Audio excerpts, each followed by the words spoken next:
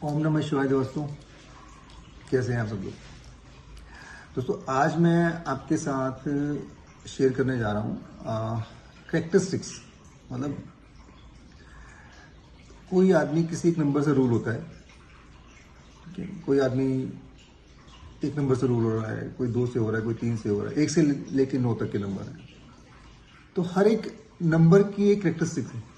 हम जान सकते हैं उसकी डेट ऑफ बर्थ से कि उस बंदे की पर्सनैलिटी, जो भी वो पर्सन है, उसकी पर्सनैलिटी कैसी होगी, ठीक है। तो आज मैं ये स्टार्ट करने जा रहा हूँ सीरीज 1 से लेकर 9 तक की, जिसमें हम जान पाएंगे कि अगर कोई सामने वाला पर्सन 1 नंबर से रूल हो रहा है, कोई 5 नंबर से रूल हो रहा है, कोई 8 नंबर से रूल हो रहा है, तो उसकी पर्सनैलिटी कैसी है। तो आज जो मैं बात करने जा रहा हूँ, मैं नंबर 1 के बारे में बात करने जा रहा हूँ। नंबर एक है सूर्य का नंबर, ठीक है। जैसे ऑलरेडी मेरे आप पॉडकास्ट अपने देखे होंगे या वीडियोस देखे होंगे, तो उसमें जो ये साल आने वाला है 2026, ये भी सूर्य का साल आ रहा है। तो आज जो मैं डिस्कस कर रहा हूँ आपसे, वो 1 नंबर के बारे में बात करूँगी। जो लोग किसी भी महीने की 1 तारीख से, 10 तारीख से, 19 तारीख से और 28 तारीख से को जो लोग पैदा हुए हैं, तो वो उस 1 नंबर से रूल करते हैं। बट अगर आप चारों में डिफरेंस देखें, इसको मैंने कैटेगराइज कर दिया। ऐसा नहीं है कि जो 1 तारीख को पैदा हुआ है वो भी जो 19 तारीख को पैदा हुआ आपस में सेम है, नहीं, डिफरेंस आ जाता है। ये कैटेगरी वाइज किया है मैंने। एक कैटेगरी मैंने दिया है, जो आदमी 19 तारीख को पैदा हुआ है वो ए कैटेगरी में आता है। जो आदमी 1 तारीख को पैदा हुआ है वो बी कैटेगरी में आता है। जो आदमी 10 तारीख को पैदा हुआ है वो सी कैटेगरी के अंदर, और जो आदमी 28 तारीख को पैदा हुआ है वो डी कैटेगरी के अंदर है। तो ये 4 डेट ऑफ बर्थ को मैंने कैटेगराइज कर दिया। अब इसके पीछे का रीजन भी है कि 19 तारीख को जो पर्सन पैदा हुआ है, अगर आप 19 को देखेंगे कि 1 और 9 की कॉम्बिनेशन से आ रहा है। 1 नंबर सूर्य का नंबर है, 9 नंबर हमारा मंगल का नंबर है। तो आपस में जो कॉम्बिनेशन है इन दोनों का, बहुत शानदार कॉम्बिनेशन है, ठीक है। उसके बाद जो दूसरा नंबर मैंने बोला बी कैटेगरी सन 1 नंबर से आ रहा है, सूर्य अकेला है। और सी कैटेगरी में मैंने 10 नंबर को डाला है, तो 1 + 0 से आ रहा है, वो सी कैटेगरी के अंदर आ रहा है। और 28 तारीख को जो लोग पैदा हुए हैं वो डी कैटेगरी में क्यों हुए हैं। डी कैटेगरी के अंदर कोई 2 नंबर जो हम लेके चले, 2 नंबर चंद्रमा का नंबर है और 8 नंबर शनि का नंबर है, तो जो आपस में एंटी नंबर है। जो ये कॉम्बिनेशन आ रहा है 1 का, अगर 8 और 2 को हम ऐड करेंगे तो वो 10 पे आता है। तो वो जो टोटल आ रहा है वो 28 से आ रहा है। तो इस तरह से मैंने इसको कैटेगराइज कर दिया। अब 1 नंबर को जो लोग पैदा हुए हैं उनकी ट्रेट्स क्या हैं, उनकी कैरेक्टरिस्टिक्स क्या हैं। 1 नंबर वाले अगर हम लेके चले, they are born as a leader, authoritative होते हैं, ठीक है। किसी के अंडर उन लोगों को काम करना पसंद नहीं है। पॉइनर होते हैं, ठीक है।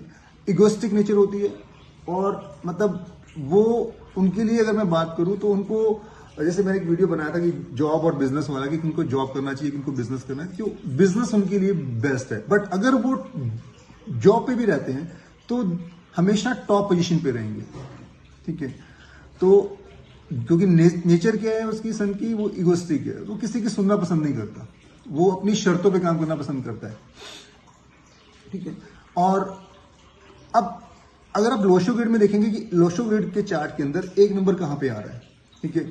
जिस कॉलम में वो 1 नंबर आ रहा है, तो वो जो कॉलम है वो कम्युनिकेशन का कॉलम है, कम्युनिकेशन का कॉलम है। तो 1 नंबर वालों के को अगर हम लोशो ग्रिड में देखेंगे तो कम्युनिकेशन को वो इंडिकेट करता है। अब डेट ऑफ बर्थ में नंबर 1 कितनी बार आ रहा है, इसका भी आपकी लाइफ में बड़ा इंपैक्ट पड़ता है। किसी की चार्ट के अंदर, न्यूमरो चार्ट के अंदर नंबर जो 1 है वो 1 बार आ रहा होगा, तो उसकी पर्सनैलिटी डिफरेंट होगी सर। कम्युनिकेशन अगर मैं बात करूं तो उसका कम्युनिकेशन बहुत अच्छा होगा, बट कहीं ना कहीं उसके एक्सप्रेशन वीक होंगे। वो अपनी बातों को एक्सप्रेस नहीं कर पाएगा इजीली, ठीक है। Communication is not a problem, बहुत अच्छा कम्युनिकेशन होगा ऐसे पर्सन का। और चेक कीजिएगा कि आपकी डेट ऑफ बर्थ में नंबर 1 कितनी बार आ रहा है। अगर किसी की डेट ऑफ बर्थ में नंबर 1 2 बार आ रहा है तो बहुत बढ़िया, नंबर 1 अच्छा है। नंबर 1 अगर 2 बार आ रहा है आपकी डेट ऑफ बर्थ के अंदर, 2 चार्ट के अंदर, तो वो बहुत अच्छा है। ऐसे लोग कम्युनिकेशन बहुत अच्छा होता है, गुड पब्लिक स्पीकर होते हैं, गुड ऑन स्टेज पे बहुत अच्छा बोलते हैं, ठीक है। और वेरी इजी टू अंडरस्टैंड, मतलब दूसरों को बहुत अच्छी तरह से अंडरस्टैंड करते हैं और दूसरों की फीलिंग्स को अच्छी तरह से अंडरस्टैंड करते हैं। इवन अगर मैं नंबर दो की बात करूं, सॉरी, जो एक हमारा 2 बार आ रहा है, तो ये लाइफ को बड़ी इम्पार्शियल मैनर से देखते हैं। इम्पार्शियल मैनर का मतलब क्या हुआ, अगर इसको मैं एज एग्जाम्पल बताऊं आपको, इम्पार्शियल मैनर का मतलब हुआ कि अगर आपके जिस पर्सन की डेट ऑफ बर्थ में 2 एक बार आ रहा है, अगर उसका कोई फ्रेंड है, वो 2 फ्रेंड आपस में, तो वो हर एक को डिफरेंट ट्रीट करेंगे। जैसा वो बिहेव कर रहा है उसको उस तरह से ट्रीट करते हैं, तो इम्पार्शियल मैनर से देखते हैं, ठीक है। और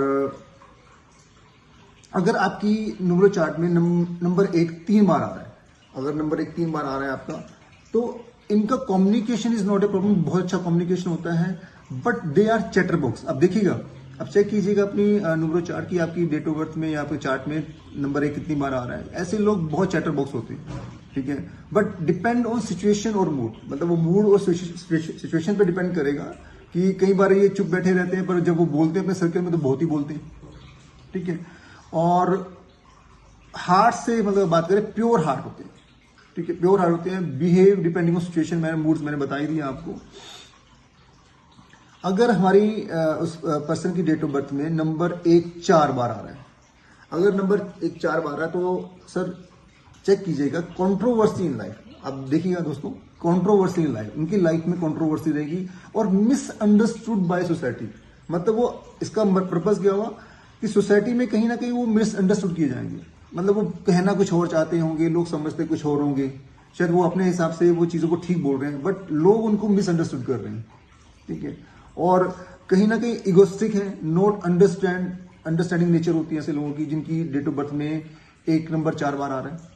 और अगर किसी पर्सन की डेट ऑफ बर्थ में नंबर 1 5 बार या 6 बार आ रहा है, तो सर मैं ऐसे लोगों को बोलूंगा कि इन लोगों को नेम फेम बहुत मिलता है। हमारे एग्जाम्पल की बात करें, मिस्टर अमिताभ बच्चन, आप उनकी डेट ऑफ बर्थ चेक कीजिएगा, उनकी डेट ऑफ बर्थ में एक मेरे ख्याल से मल्टीपल टाइम आ रहा है, 5 टाइम आ रहा है या 6 टाइम आ रहा है। तो ऐसे लोगों को नेम फेम बहुत मिलता है, ठीक है, और वेरी काइंड हार्टेड होते हैं ऐसे लोग और चैरिटी में बिलीव करते हैं।